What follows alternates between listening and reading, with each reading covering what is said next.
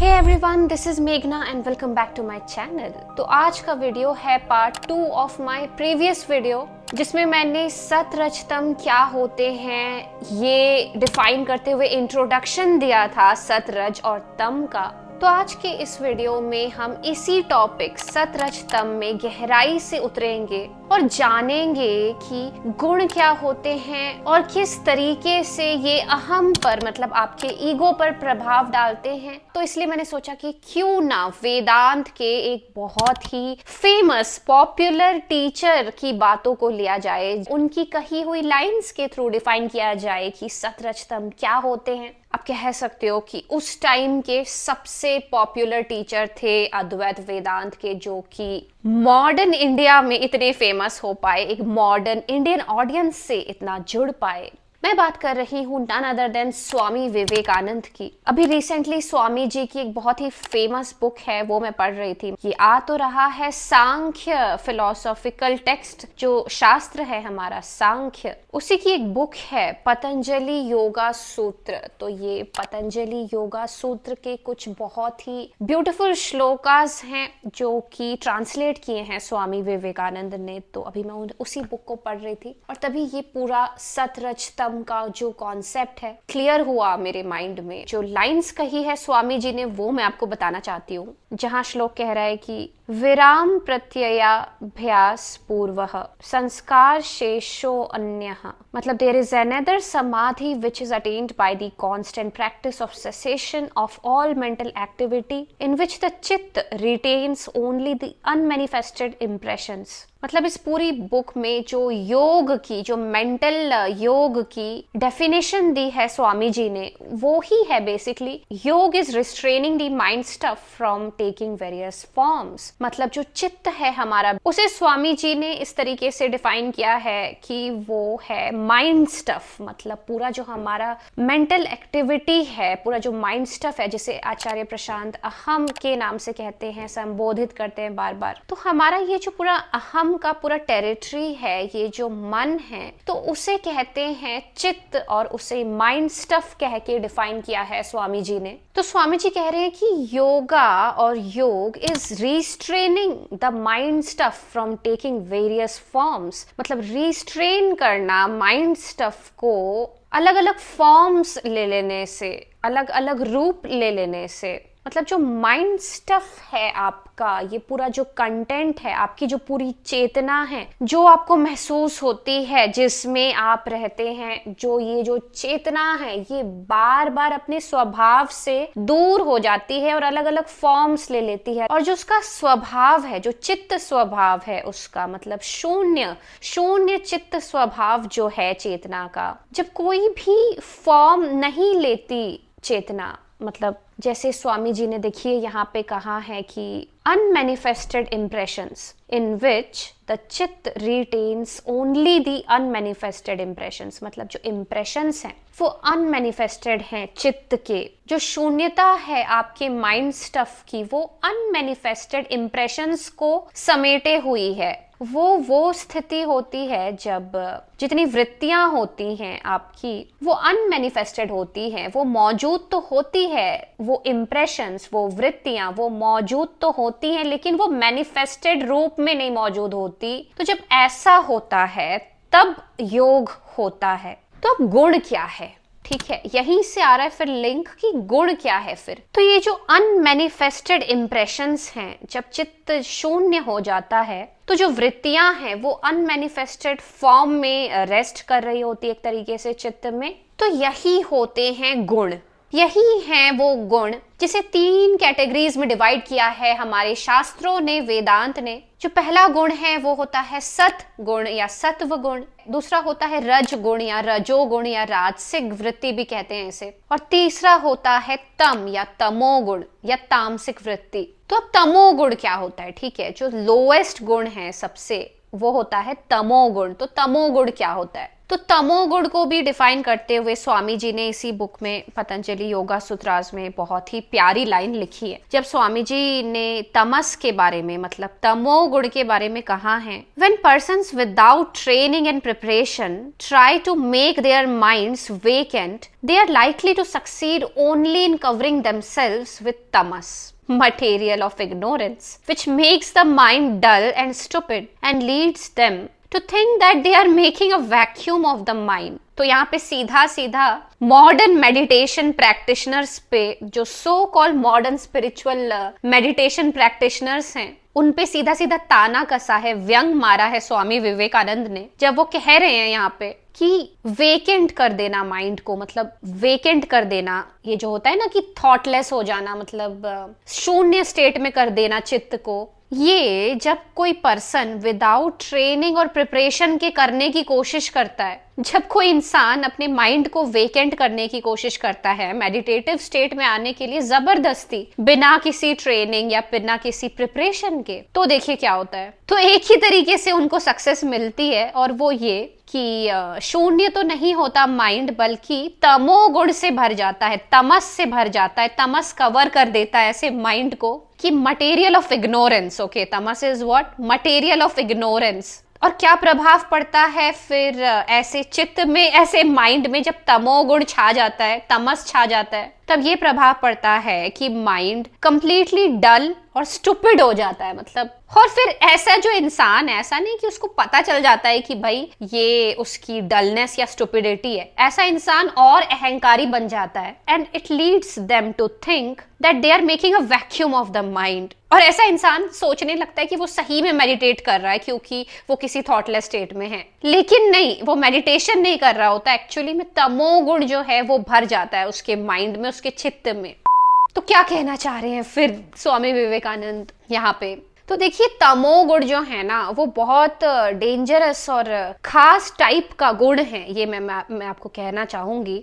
क्योंकि ये क्या होता है ना, ये बाय डिफॉल्ट प्रेजेंट होता है। आप कह सकते हो कि एक स्ट्रक्चर है चित्त का, जहां पे 3 स्टेट्स हैं मैनिफेस्टेशन की, 3 लेवल्स हैं, आप कह सकते हो 3 डायमेंशंस हैं मैनिफेस्टेशन की। जो सबसे लोएस्ट डायमेंशन होता है ना, जो सबसे निचली कोटि का गुण होता है या लोएस्ट क्वालिटी का मैनिफेस्टेशन होता है, वो होता है तम या तमोगुण या तामसिक वृत्ति। और ऐसा नहीं कि बस ये लोएस्ट होता है, ये साथ ही साथ बाय डिफॉल्ट भी होता है। मतलब अगर बिना ट्रेनिंग के या बिना जाने या बिना प्रॉपर प्रिपरेशन के, बिना प्रॉपर नॉलेज के अगर आपने थॉटलेस स्टेट में जाने की कोशिश करी या माइंड को एम्प्टी करने की कोशिश करी, तो जो बाय डिफॉल्ट गुण होता है वो छा जाता है माइंड के ऊपर, ऑब्वियसली, राइट। अगर कोई मशीन है, उस पर, ठीक है, कोई चीज खाली हो गई है, तो बाय डिफॉल्ट क्या होगा, जो लोएस्ट कैटेगरी की चीज है वो उसमें भरने लगेगी, जिसमें सबसे कम मेहनत लगती हो, राइट, जिससे पाने के लिए कोई भी श्रम ना करना पड़ता हो। तो जब ऐसा होने लगेगा कि बाय डिफॉल्ट जो मैनिफेस्टेशन है वो भर लेगी आपके चित्त को, तो उसे कहते हैं तमोगुण का छा जाना। तमोगुण में क्या होता है कि इंसान बिल्कुल एक स्लीप स्टेट में चला जाता है, आप कह सकते हो, जैसे कि जागृति, स्वप्न, सुषुप्ति, राइट। तो आप सुषुप्ति के साथ इसको एसोसिएट कर सकते हो। मतलब ऐसी स्टेट जो शांति तो आपको दे रही है, लेकिन जो वर्तमान है उसको भुला के आप एक सुषुप्ति में चले गए हो। आपने एक ढोंग कर लिया है आत्मा तक पहुंचने का या आत्मस्थ होने का, एक ढोंग कर लिया है आपने, लेकिन आप सुषुप्ति में हो, आप आत्मा तक नहीं पहुंचे हो, आप सुषुप्ति में आके अटक गए हो एक तरीके से। तो अपने जो बाहर की दुनिया है, उसके जो तथ्य हैं वो बिल्कुल भुला दिए, जो पूरी दुनिया के तथ्य हैं वो भुला दिए हैं, जो सबूत आपको मिल रहे हैं रियल टाइम में वो भुला दिए। बस आप क्या कर रहे हो कि आप थोड़ा थोड़ा टाइम अपने लिए निकाल ले रहे हो पूरे दिनचर्या से, ताकि आप नशा कर सको, ताकि आप एक गहरी नींद में डूब सको और सब कुछ भूल सको। तो जब आप पूरे तथ्यों को भुला देते हैं अपनी मेंटल एक्टिविटी में रियल डेटा को नहीं कंसिडर करते, सत्य को नहीं कंसिडर करते, भूल जाने का ढोंग करते हैं, क्योंकि भूल तो आप नहीं सकते। अगर आप भूल पा रहे होते तब तो मैं भी आपको कहती कि आप भूल जाओ, लेकिन आप भूल तो नहीं पा रहे, क्योंकि वो बेचैनी तो आपके साथ हमेशा बनी ही रहेगी, जो बाय डिफॉल्ट है, जिसे मिटाने के लिए आपको चित्त शून्य करना था, मुक्ति पानी थी। तो वो बेचैनी तो नहीं मिटेगी, लेकिन एक ढोंग जरूर कर देगी आपकी चेतना, आपका चित्त आपके ऊपर एक ट्रिक जरूर कर देगा माइंड कि वो शांति मिल गई है, लेकिन वो टेम्पररी होगी। तो ये होता है तमोगुण। अब रजोगुण क्या होता है, राजसिक वृत्ति क्या होती है? ये होती है जब ये मैनिफेस्टेशन की जो ये पूरी स्टेट है, पूरा डायमेंशन है, ये थोड़ा ऊपर बढ़ता है और एक higher level of dimension, higher level of manifestation में पहुंच जाता है। तो जो सेकंड, जो मिडिल कैटेगरी की गुण होती है, मैनिफेस्टेशन होता है, वो होता है राजसिक गुण या राजसिक वृत्ति। राजसिक आदमी थोड़ा चालाक होता है, वो समझ जाता है कि बेचैनी है उसके अंदर, वो ना एडमिट कर लेता है अपनी बेचैनी को। जो तामसिक वृत्ति का आदमी होता है ना, वो तो एडमिट भी नहीं करता कि उसके अंदर बेचैनी है, वो इग्नोर करता है, लिटरली अपनी बेचैनी को दबाने की कोशिश करता है। लेकिन जो राजसिक वृत्ति वाला आदमी होता है, उसको समझ आ जाता है कि बेचैनी है, और जब तक मैं कर्म नहीं करूंगा, पाऊंगा नहीं कुछ दुनिया में, कुछ हासिल नहीं करूंगा, सक्सेस नहीं मिलेगी जब तक मुझे, तब तक मेरा ये जो अंदर का खालीपन है ये भरेगा नहीं। लेकिन उसका सल्यूशन उसे नहीं पता होता कि एक सही सल्यूशन क्या है जो कि उसके चित्त को शून्य कर सकता है, उसकी बेचैनी को शांत कर सकता है। तो वो ये सोच लेता है कि अगर वो दुनिया में जो संसार उसे दिख रहा है, जो जागृति में उसे दिख रहा है, जो तीन स्टेट्स होती है ना कॉन्शियसनेस की, जागृति, स्वप्न, सुषुप्ति, तो जो जागृति में जो डेटा उसे दिख रहा है, ये राजसिक वृत्ति का आदमी क्या सोचता है कि अगर इसी दुनिया में, इसी जागृति स्टेट में जो मुझे दुनिया दिख रही है, रियल लाइफ में जो मैं टच करके महसूस कर पा रहा हूँ, मेमोरी में स्टोर कर पा रहा हूँ, एनालाइज कर पा रहा हूँ, कल्पना कर पा रहा हूँ, अगर मैं इसी दुनिया के हाईएस्ट फॉर्म्स ऑफ प्लेजर्स इकट्ठा कर लूं, तो मेरा मन जो है वो शांत हो जाएगा। तब मैं अपने चित्त को शून्य कर पाऊंगा, जब मैं सब कुछ इकट्ठा कर लूंगा जो हाईएस्ट पॉसिबल प्लेजर हो सकता है, जो मेरे टाइप का है, जो मेरे इनर खालीपन के साथ एक अलाइन हो रहा है, फ्रिक्वेंसी मैच कर रहा है। तो ये जो राजसिक वृत्ति वाला आदमी है फिर क्या करता है कि दुनिया में बिल्कुल खोज में निकल जाता है, भागता है, बड़े से बड़ी चीज को हासिल करने के पीछे बहुत मेहनत करता है, मेहनत की कोई कमी नहीं होती। और जब इंसान राजसिक होता है ना, तब कहां से ऊर्जा आती है पता नहीं, मतलब बस वो मेहनत करता है, बस वो मेहनत करता है दिन रात, ताकि वो प्लेजर जो है, जो कामना है, उसकी डीपेस्ट जो स्वार्थ है, उसको वो हासिल कर ले। एक तरीके से ऐसा उसको लगता है कि वो हासिल कर लेगा, मतलब कर लेगा वो हासिल, अगर वो दुनिया में भागेगा तो वो उसके पीछे एक रेस लगा लेता है। और उसका नतीजा क्या होता है कि एक के बाद एक के बाद एक के बाद एक उससे गिफ्ट्स मिलते जाते हैं, प्लेजर का सामान मिलता जाता है, उसकी मेहनत का फल मिलता जाता है। कई लोग तो उस जर्नी में ही उनकी जो life time, allotted life time है, वो बीत जाती है और वो मर जाते हैं। लेकिन कई लोग जो कि इसी लाइफ टाइम में अपनी मंजिलों को पा भी लेते हैं, तो वहां तक पहुंचने के बाद फिर उसको रियलाइज भले ही हो कि यार अभी भी वो खालीपन जो अंदर का है वो तो भरा ही नहीं, लेकिन फिर भी ऐसे लोग हासिल तो जरूर कर लेते हैं दुनिया में कुछ ना कुछ। लेकिन ये भी सेकेंड हाईएस्ट डायमेंशन है आपके चित्त का, आपकी मैनिफेस्टेशन का, पॉसिबल मैनिफेस्टेशन का। तो फिर हाईएस्ट क्या है? तो जो सबसे highest form of manifestation, highest level of चित्त आप कह सकते हो, हाईएस्ट फॉर्म ऑफ वृत्ति आप कह सकते हो, वो जो है द हाईएस्ट फॉर्म ऑफ गुण आप कह सकते हो, वो होता है सतोगुण या सत्व गुण। सतोगुण एक बहुत ही खास तरीके का गुण होता है, ऐसे ही नहीं इसे हाईएस्ट कहा है संतों ने। ये जो सतोगुण होता है ये बस ह्यूमंस में देखने को मिलता है। ये वो प्योरेस्ट फॉर्म ऑफ इंटेलिजेंस है जो कि इंसान को एक मौका देती है, ह्यूमन को एक मौका देती है कि वो इस शरीर में रहते हुए भी आसमान तक पहुंच जाए, या इस शरीर में रहते हुए भी एक ऐसी स्टेट ऑफ माइंड तक पहुंच जाए जो कि टाइमलेस है। और जब सतोगुण आता है, जब सात्विक गुण, सात्विक वृत्ति छाती है एक इंसान के ऊपर, तब उसे ये साफ साफ दिखाई देता है कि अगर चेतना को शून्य करना है, चैन देना है, अगर अपने अधूरेपन को, खालीपन को, अहम को अगर पूरा होना है, तो जो चीज चाहिए ना अहम को, वो इस दुनिया की है नहीं, क्योंकि उसे ये दिख जाता है कि इस दुनिया की कोई भी चीज उसे वो शांति सुख दे ही नहीं रही है। उसने तो बड़े से बड़ी चीज भी हासिल कर ली, उसके पीछे भाग के वो चीज तो पा ली, उसने हासिल कर ली। लेकिन जब सतोगुण छाने लगता है, जब और हायर स्टेट में उठने लगती है चेतना धीरे धीरे राजसिक को भी क्रॉस करने के बाद, तब उसे रियलाइज होने लगता है कि नहीं, इस दुनिया में ऐसा कुछ भी नहीं है जो मुझे वो दे सके जो मेरे खालीपन को भर सकता है। तब ऐसी चेतना अपने आप को ही एक तरीके से देखने लगती है और एक अद्भुत घटना घटती है चेतना में। जब चेतना खुद को एनालाइज करने लगती है, जब वो ये देख लेती है कि यार वेट अ मिनट, ये है कौन जिसे चाहिए ये सारी चीजें, ये जो मैं है जो मुझे बार बार भेज रहा है बाहर जगत के तरफ कुछ ना कुछ इकट्ठा करने के लिए ताकि मैं शांत हो सकूं, ये मैं कौन है, ये मैं है कौन जो इतना अशांत है बार बार। और ऐसा क्या हो जाता है कि ये बार बार अशांत हो जाता है? क्यों ये बार बार अशांत हो जाता है? क्योंकि मेरा स्वभाव तो अशांत नहीं है। अभी मैं ठीक महसूस कर पा रहा हूं कि मैं शांत हूं, मैं बिल्कुल शांत हूं और मैं सहज शांत हूं, सहज समाधिस्थ हूं, मैं सहज शांत हूं। और शांत होने के लिए मुझे दुनिया के किसी विषय की जरूरत नहीं है, मेरा होना ही मुझे शांत कर सकता है। मुझे किसी की जरूरत नहीं है, किसी विषय की जरूरत नहीं है। तब उसकी चेतना, आप कह सकते हो कि उस गेटवे तक पहुंचती है जहां पे वो सतोगुण में एंटर हो जाती है। तो अब ऐसा नहीं होता कि सतोगुण अगर चेतना में आ गया है तो वो त्याग कर देगा बुरी दुनिया का और दुनिया के पीछे भागना छोड़ देगा अपनी चीजें इकट्ठा करने के लिए और प्लेजर त्याग देगा। क्योंकि काफी लोग जो है ना वो सतोगुण का जो कनेक्शन है वो रिनंसिएशन से लगाते हैं, त्याग से लगाते हैं, और वो कहते हैं कि अगर किसी चेतना में सतोगुण डेवलप होने लगा है मतलब अब वो त्याग देगा, सब कुछ त्याग देगा। नहीं, ये एक मिथ है और एक ये बहुत ही मिसयूज है। इस तरीके के एफोरिज्म्स का, इस तरीके के कॉन्सेप्ट्स का मिसयूज है। जब आप ये इल्जाम लगा दो सतोगुणी चेतना के ऊपर, एक सात्विक वृत्ति वाले इंसान के ऊपर, कि ये तो त्याग देगा या हर चीज छोड़ देगा, रिनंसिएट कर देगा, नहीं।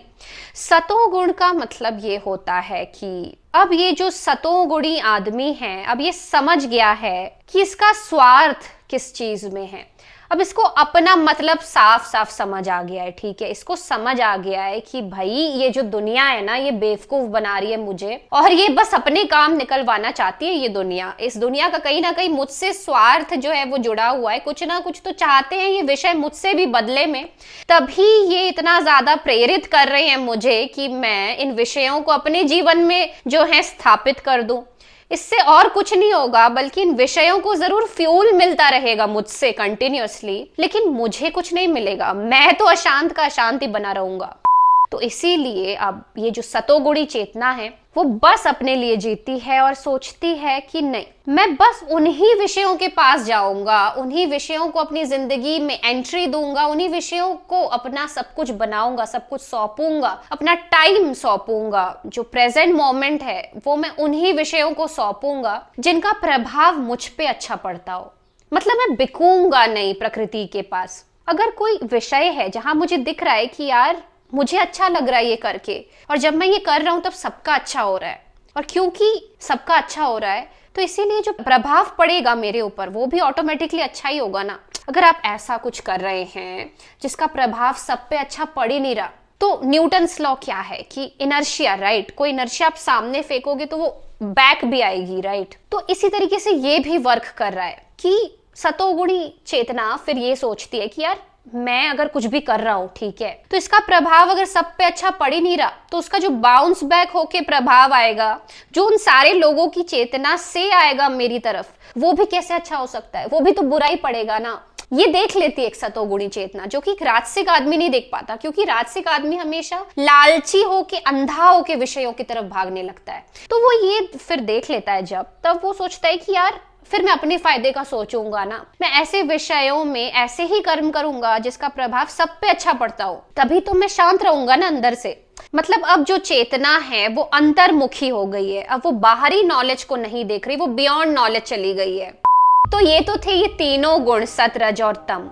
लेकिन वेदांत में जो लक्ष्य बताया है मुक्ति का, मुमुक्षा का, उसे कालातीत बताया है, मतलब बियॉन्ड टाइम, टाइमलेस। उसमें ये बताते हैं कि यार सतोगुण, रजोगुण, तमोगुण से भी नहीं होगा, इससे भी आगे निकलना पड़ेगा, गुणातीत निकलना पड़ेगा, इन गुणों को लांघ के, इन गुणों का अतिक्रमण करके इनसे भी आगे निकलना पड़ेगा, तब रियल फ्रीडम है, तब रियल मुक्ति है।